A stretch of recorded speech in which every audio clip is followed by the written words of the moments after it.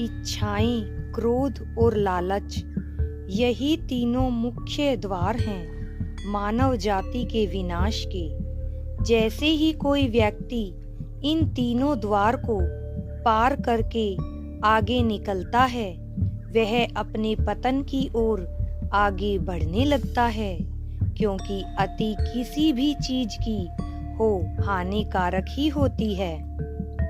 इन्हीं तीन शत्रुओं के वशीभूत होकर मानव कई बार पशुओं की भांति व्यवहार करने से भी नहीं डरता। यहाँ तक वह पशुओं के चरित्र से भी नीचे गिर जाता है। मेरे प्रिय बच्चे, सभी के कल्याण की इच्छा अच्छी है। अपना और अपने प्रियजनों को सुख देने की इच्छा भी अच्छी है, किंतु किसी दूसरे को हानि पहुंचाकर स्वयं को ऊपर उठाने की इच्छा विनाशकारी है। उसी प्रकार लालच में आकर दूसरे जीवों को क्षति पहुंचाकर स्वयं को ऊपर उठाने की इच्छा पतन का कारण बनती है। तीसरा, क्रोध, जो मानव को ही खोखला बना देता है। यदि यह तीनों एक साथ किसी व्यक्ति पर हावी हो जाएं, तो उनका पतन तो निश्चित ही है, क्योंकि यह तीनों एक साथ अत्यधिक शक्तिशाली हो जाते हैं।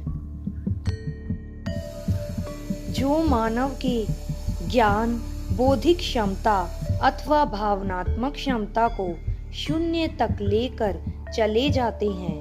मेरे प्रिय, तुम्हारे मन में यह प्रश्न उठेगा कि यदि कर्म करेंगे तो इच्छाएं ही उत्पन्न होंगी।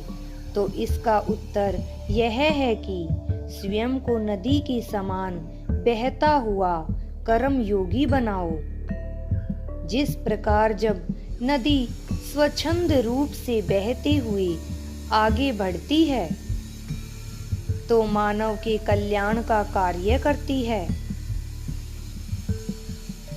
मानव के अनेकों कार्य में सहायता भी करती है। साथ ही साथ वह अपना कर्म भी करती है। किंतु यदि वह अपने किनारों से बाहर निकलकर बहने लगे, तो बाढ़ में मानव जाति का विनाश भी कर सकती है। इसी प्रकार मानव को भी अपने जीवन यापन की शुद्ध इच्छाओं के दायरे में रहते हुए कर्म योगी बनना चाहिए, जिससे वह अपना कर्म करते हुए भी दूसरों का अहित ना कर सके। मेरे प्रिय बच्चे, तुम्हारा कार्य यदि दूसरों को लाभ नहीं पहुंचा सकता, तो हानि भी ना पहुंचाए, इतना अवश्य स्मरण रखना।